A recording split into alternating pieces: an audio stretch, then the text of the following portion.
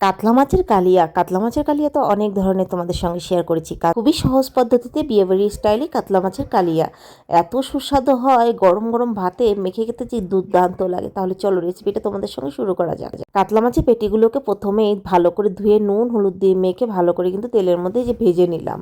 তো তোমরা চাইলে আর একটু হালকা করে ভাজতে পারো, আমি কিন্তু হালকা করে ভেজেছি, একদম বেশি যে মুচমুচে ওটা কিন্তু করিনি, বোঝা যাচ্ছে এরকম, কিন্তু না সেটা করিনি।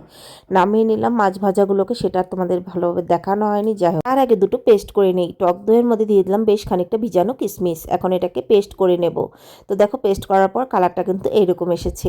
তারপর এই মিক্সিং জারেই আর একটু কিছু পেস্ট করে নেব। দিয়ে দেবো সামান্য পরিমাণে কুচি করা আদা, তার সঙ্গে দিয়ে দেবো ঝাল অনুযায়ী কাঁচা লঙ্কা, দিয়ে দেবো একটা গোটা পেঁয়াজ। বাস এখন এটাকে আমি একটু জল দিয়ে পেস্ট করে নেব। কড়ার মধ্যে তেল দিয়ে দিয়েছি, আবারও দিয়ে দেবো এখানে পেঁয়াজ কুচি। এটাকে কিন্তু বেরেস্তা বানিয়ে নিলাম, কোনো নুন ছাড়া বেরেস্তাটাকে উঠিয়ে নিয়েছি। ওই তেলের মধ্যে দিয়ে দেবো শুকনো লঙ্কা, তেজপাতা, গোটা জিরে আর এলাচ, দারচিনি। তারপরে দিয়ে দেবো যে পেঁয়াজের পেস্টটা আমি করে রেখেছি সেটাকে দিয়ে দেবো। আর দেওয়ার পর এখন ভালো করে একটু নাড়াচাড়া করে কষিয়ে নেব।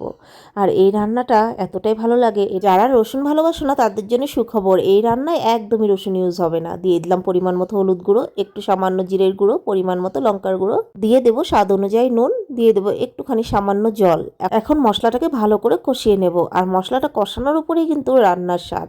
যতক্ষণ না মশলাটা থেকে তেল ভেসে উঠছে ততক্ষণ নাড়াচাড়া করতেই থাকবো।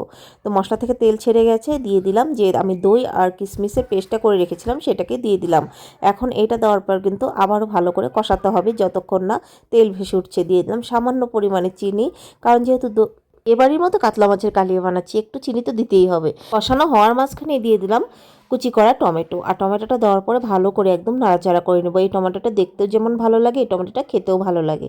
তারপর দেখো অনেকটাই কিন্তু তেল ভেসে উঠেছে, মানে তেল ছেড়ে গেছে মশলার থেকে, মানে মশলাটা একদম কষানো পারফেক্ট।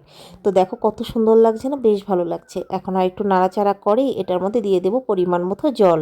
আর মাছের কালিয়াটা যেহেতু পাতলা করব না, সে পরিমাণেই কিন্তু আমি জলটা দেবো। বাড়িতে কাতলা মাছ এলেই কিন্তু একবার এই রেসিপিটা ট্রাই করো, না ট্রাই করলে কিন্তু পস্তাতে হবে, এতটাই সুস্বাদু হয়। বলক ওঠার পরে দিয়ে দিলাম ভাজা মাছগুলোকে। আর ভাজা মাছগুলো দেওয়ার পর কিন্তু ভালো করে বলক উঠিয়ে নেবো, যা মাছের ভিতরে মশলাগুলো ঢুকে যায় আর মাছটা খেতেও দুর্দান্ত লাগবে। তো দিয়ে দিলাম, অনেকক্ষণ ঝোল বলক উঠিয়ে নিয়েছি। তারপর নামানোর আগে কয়েকটা চিরা কাঁচা লঙ্কা দিয়ে দিলাম। এখন একটুখানি নাড়িয়ে চাড়িয়ে নেব। আর যে আমি বেরেস্তাটা ভেজে রেখেছি সেটা কিন্তু নামানোর আগ দিয়ে দেবো। তো দেখো অনেকটাই কিন্তু ঘনত্ব হয়ে এসেছে, আর নামানোর পর কিন্তু আরোটা ঘন হয়ে আসবে। তবুও আমি আর একটু বলক উঠিয়ে নেব। আর দিয়ে দেবো একটু সামান্য পরিমাণে ঘি। ঘিটা দেওয়ার পর একটু ছড়িয়ে দেবো। তারপর দিয়ে দিয়েছি কিন্তু বেরেস্তা। আর বেরেস্তাটা একটু আজকে আমার একটু কালচেটা বেশি হয়ে গেছিলো, কিন্তু না তেতো হয়নি ওটা বলবো না, কিন্তু কালচেটা বেশি হয়ে গেছিলো। যাই হোক, লাস্টে বেরেস্তা দিয়ে দিলাম।